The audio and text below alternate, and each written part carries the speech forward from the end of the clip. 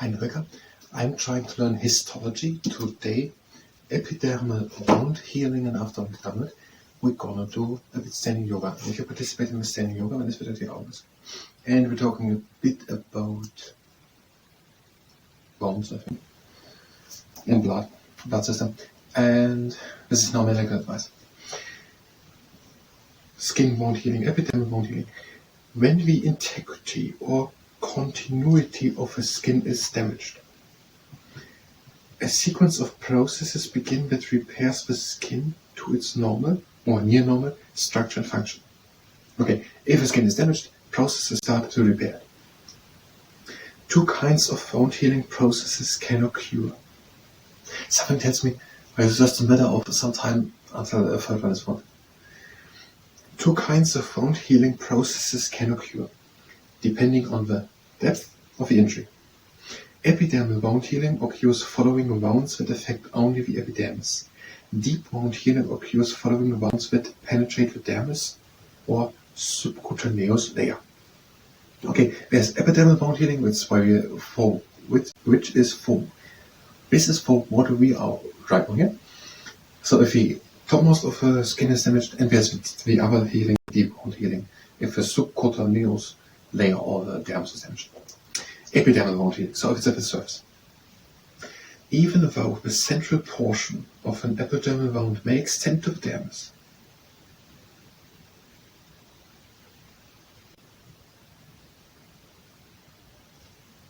one part of the epidermis could go down to the dermis.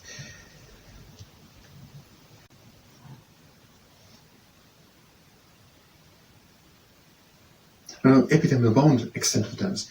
The edges of the wound usually involve only slight damage to superficial epidermal cells. So if there's just a little wound to the epidermal wound, but it goes down into the dermis, the edges of the wound involve slight damage to the superficial epidermal cells. I don't know what I want to tell us, that's just it. Common types of epidermal wounds include abrasions, in which a portion of skin has been scraped away, and minor burns. Whatever, if the skin is damaged after a slight abrasion. In response to an epidermal injury, basal cells of the epidermis surrounding the wound break contact with the basement membrane. So, in response to such an injury of this epidermis layer at the outside, they are coming basal cells, and they are from the epidermis. And the surrounding the wound break contact with the basement membrane. Whatever, they're coming the basal cells, they're coming to the wound and staying membrane.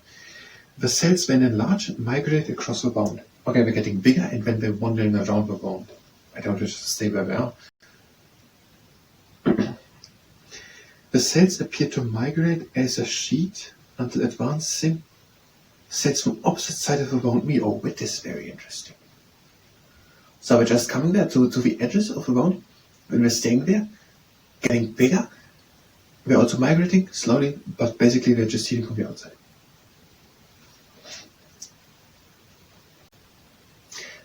Again, my question for the last part. How do ulcers appear? Because in the way ulcers look like,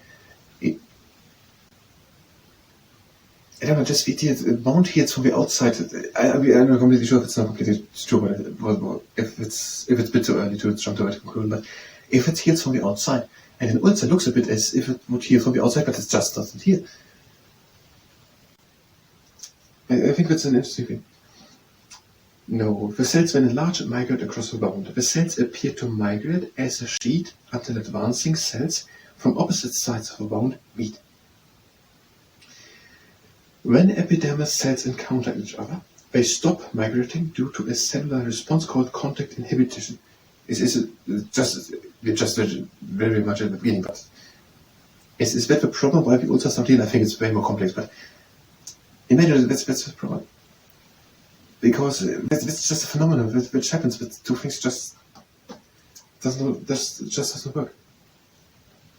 Now, when they now meet these two advancing forces, they normally get in an order and they stop non-migrating due to a cellular response called contact inhibition.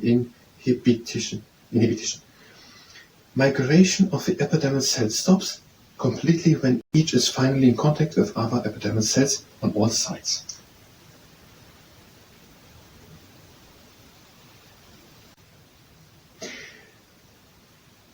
It is not a perfect system. It means it just grows on until it gets the order to stop. That's first, the good order system. Do something until you get the order to stop. Okay, so that's not good order in general. And also the other thing, on all sides, until everything is perfect, continue until it seems like an invitation to cancer or something else. So, migration of the epidermal cells stop completely when each is finally in contact with other epidermal cells on all sides. While some basal epidermal cells migrate, epidermal growth factor, a hormone, it's called growth factor. The hormone has the name growth factor. If that turns out to be true, that is maybe an invitation to understand the word wrong. While some basal epidermal cells migrate, epidermal growth factor, which is a hormone, stimulates basal stem cells to divide and replace the ones that have moved into the bone. Okay, that makes sense. Let's do it again. So while some basal epidermal cells migrate, whatever, there's some and they are migrating, an epidermal growth factor, the hormone, comes now and it stimulates to basal stem cells to divide and replace the ones that have moved into the bone.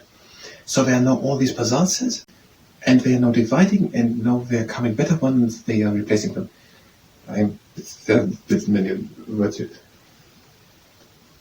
Whatever, these basal stem cells divide and replacing the ones that have moved to the bone previously as this sheet closing on. Replacement of migrating basal cells continues until the wound is resurfaced. Okay, we're coming new basal cells until they have replaced all of these intermediate, or what it's called, of these temporary cells, and then they are. Following this, the relocated cells divide to build new strata. Okay, they're coming new basal cells, they're staying there, they're dividing on to build even, they're digging in, they're building a better firmament. And they're building now a new strata, and thus thickening the new epidermis. Okay, they are now here, and they've been building it to all direction, whatever. They are getting more and stronger. That makes all sense. Now, that was the histology part. If you were here for histology and epidermal wound healing, you can go directly to the next part. We will do deep wound healing or something else. Then we will go back to the other things, the previous parts of histology. Again, this was no medical advice. If you are here for histology, you can go directly to the next part of histology. We will do now the standing yoga. If you stay and participate in the standing yoga, that is with your arms. Feet are standing together, we lift the arms up. And before the arms down, the eagle's wings. We fill the arms up. Out and down. In and up. Out to the side. In and up. Out to the side. In and up. Make an inch of space between the feet and out to the side. In and up. Out to the side. In and up. Out and sink down. In and up. Out to the side. Up. And sink down. In and up. And arms down, and we're leaning onto the knees. We're doing standing cat and cow. Breathe in.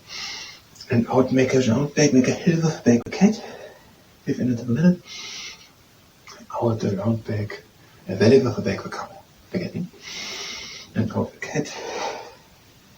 Get in. And the cow. In into the middle. And out come the round back up, and we get the double backwards shoulder roll.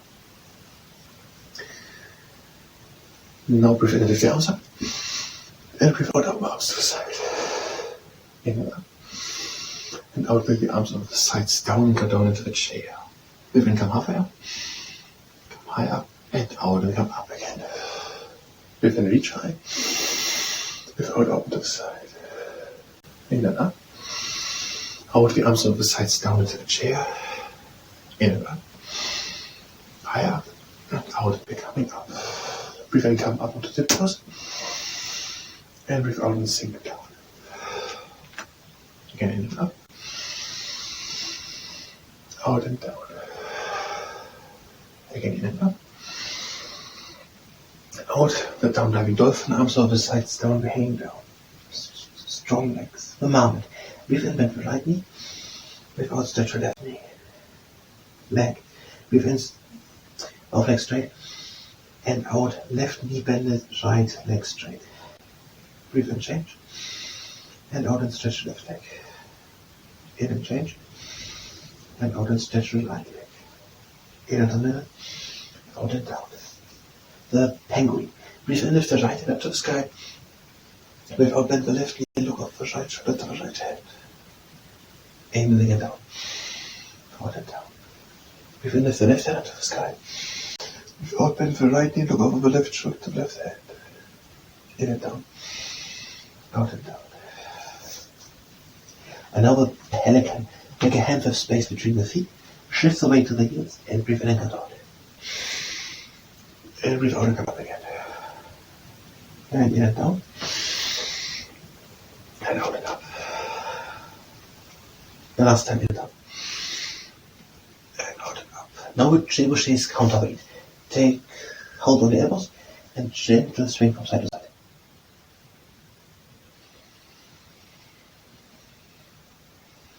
Arms again down, feet together, and breathe in halfway up with a straight leg, monkey half lift. Out and down. Breathe in halfway up. Out and down. Breathe in the arms up, up diving swan, arms up, and again down. Now have the toes pointing to the outside. In order to have space between the heels, breathe in, lift the arms up. And breathe out and sink down and place the elbows against the insides of the knees. Breathe in and straighten up. And breathe out and come with the leg up. Breathing in. And out and down. Breathe in, straighten up. And out, come in one straight line upwards. Tuck the pelvis in, come with the crown of the head first up. The arms down. Breathe again in. And out and down. Breathe in, straighten up. And out, come with the back up. Breathe in.